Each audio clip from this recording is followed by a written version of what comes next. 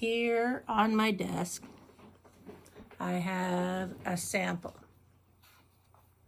It's worth its weight in gold to test out your fabric and the width of the strip that you're going to sew in there, because you need to have 2 strips. You need one for the top side, and you need one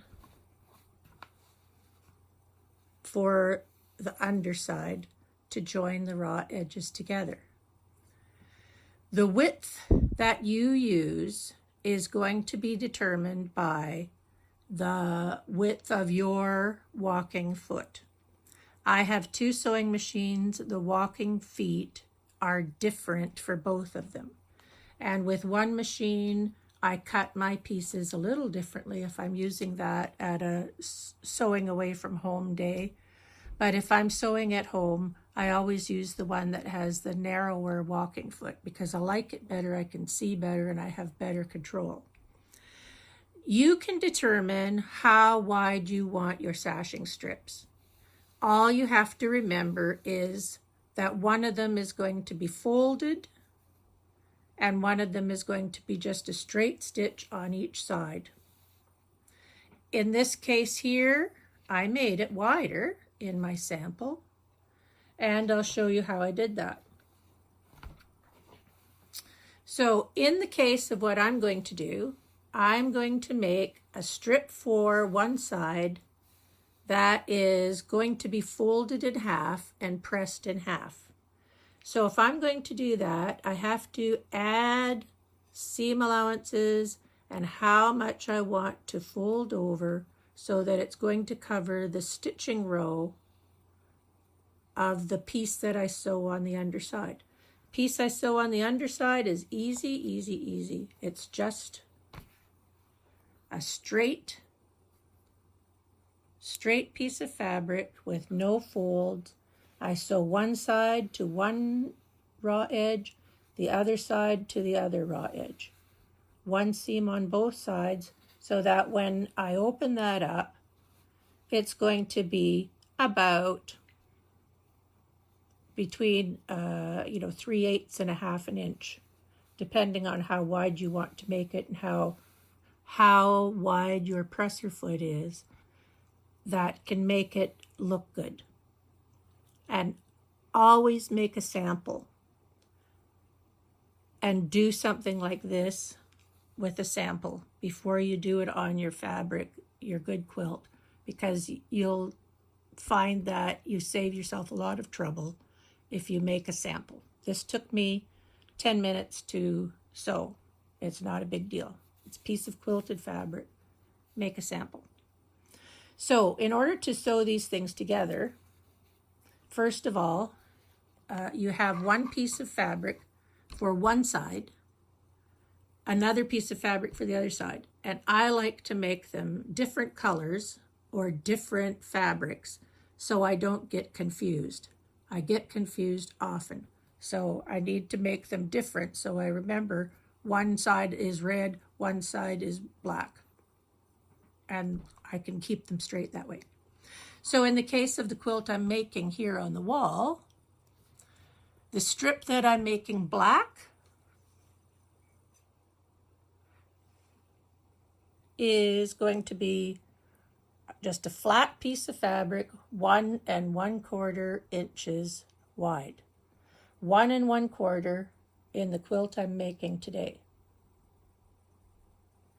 And that's going to get sewn one side to one piece, one side to the other piece, using my walking foot, and it will be just like a regular inset seam, any sashing that you do, except one side is quilted.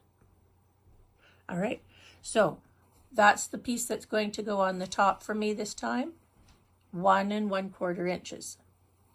Now on the back side, I'm going to use things that are red, and I've cut a piece here that's in a red color, and I've cut it at 1, whoops, there you go, 1.5 inches wide. And then I've gone to the iron and I folded that in half. So now it is folded in half and pressed, folded in half. So when I sew these together, the one that's going to be on the back side in my quilt this time is the one that I've made folded in half, and it is a little bit wider than the one that goes on the top because it has to fold over and it has to stitch down on the back side to cover the seam allowance left over from sewing the two pieces together.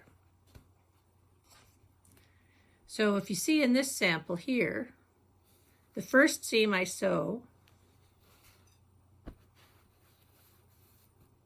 there we go, is the piece on the back to the right side, and then the piece that's folded on the other side so that the raw edges are all together. And I just use my walking foot and I stitch up that side, and then I always press. Pressing is very good. I open it out, I use the iron, I press the seam allowances here. Sorry, I haven't sewed that on yet. I press these seam allowances out like that so I know exactly where they are. And then I take this side here and I sew the other edge of the unfolded piece. I sew the other edge to the next piece of quilted fabric. Same seam allowance. And then I can open this out. And I go to the iron again and I press these seam allowances in. And if you've done it right, your seam allowances, the edges of your fabric should meet here. And there's no gaping hole. And in that case, the piece that you have folded just folds over top of that.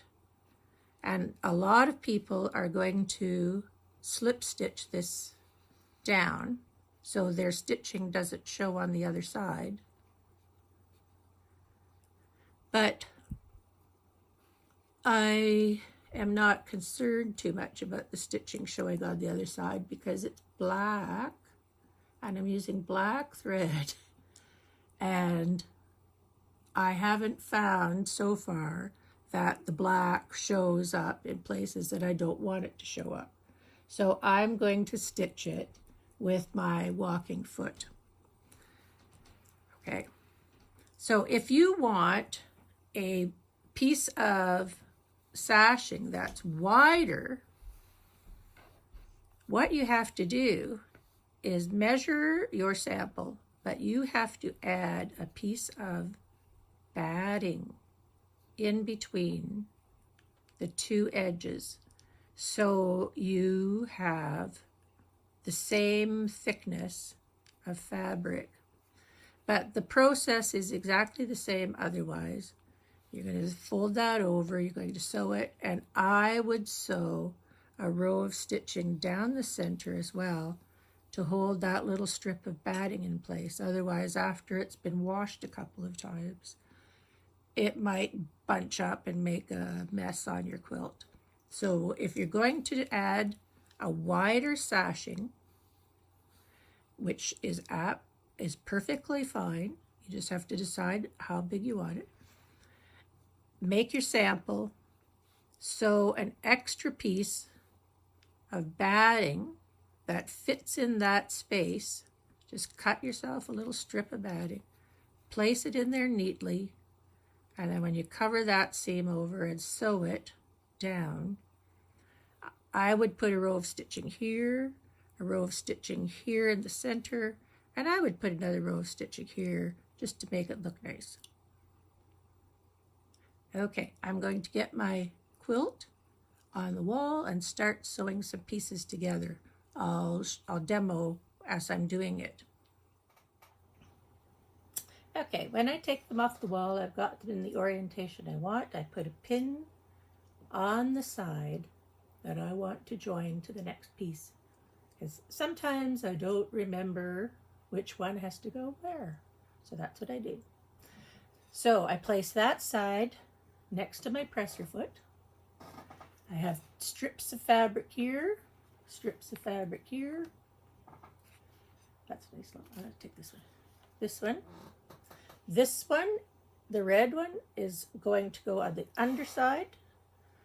The cut edge is going to go in the seam, so it's going to go underneath. And the black one, that is just a piece of flat fabric, is going to go on the top. Hope you can see this. So I keep the edges together. That bit at the end is just to help me get started, and I don't want to trim it, but I trim that little bit off. There, get started. Make sure that the seam, the edges of everything are lined up and together. And just, the reason I cut it the length I do, or the width I do, is because of the width of my presser foot here. And it makes a nice, perfect seam for me at this width. You have to test your sewing machine and your presser foot to make sure that when you fold them out, they're nice and flat and even, and the piece of folded fabric you have is going to cover the seam allowance. Just do a test. It's not a big deal.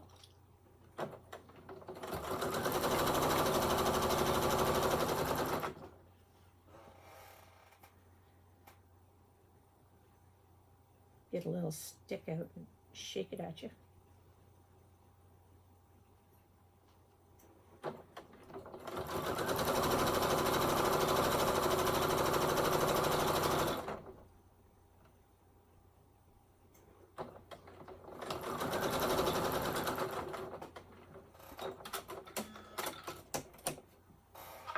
So then I just trim off the end. That can be used for another one. I press it. I'll be right back. I like to press the one that's flat and going to get sewn to the next one, because it makes it easier for me to line it up, and because I have a seam here, I want to try to line up the seam with the next one too. So I lay this flat on my desk here. I don't press out the folded piece yet because it could get in the way and I don't want to sew over it. So I leave it underneath. So here's this. Remember, I mark the one with a pin that I want to sew to it. I'll line it up here. Good side to good side, raw edge to raw edge. Edge to edge. And one thing I do check, is I check the center seam here to make sure that it's kind of going to match up with the center seam underneath. If it's off a bit, it just makes me irritated. I don't like it. Okay, so now I'm going to sew this one just the same as I did, only just the quilted piece and the single layer of black, not the red one underneath.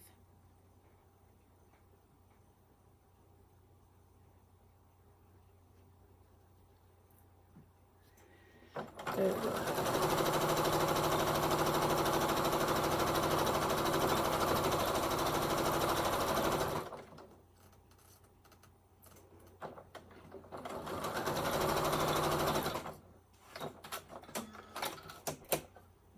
So now I just fold it out. Those two are joined together on the top with a nice solid black line across here. I turn it over, and the piece of folded fabric is now going to press up and over, and it's going to come up and cover that seam I just did. You wait and see.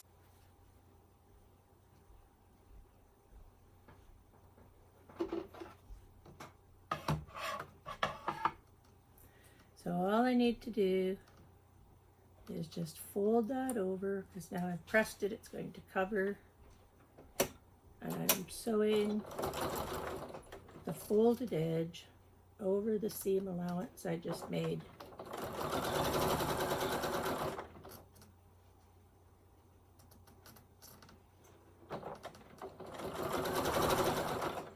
Pressing really helps. Keep your edges nice and crisp, and they tend to work a lot better. I used to just sort of fold it and press it with my finger, and I always had bits that didn't sew well, or missed bits, and I'd have to take it all out, redo it.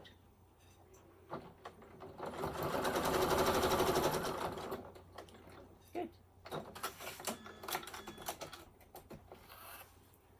So there, that's sewn down. On the top side, because I'm using black, I can hardly see that row of black stitching there. If I wanted to, I could put another row of black stitching here. If it really bothered me, it doesn't bother me.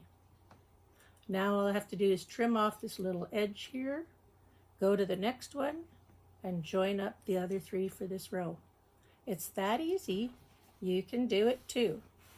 Make a sample. Determine how big your strips need to be to cover what you're doing. And that's the key. Make the one that you fold in half a little bit bigger. You can always trim it off.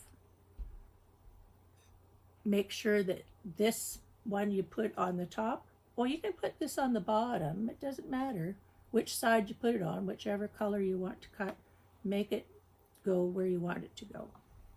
Okay, I'll show you when I get the rows done and show you how to sew the big rows together after the little rows are sewn together.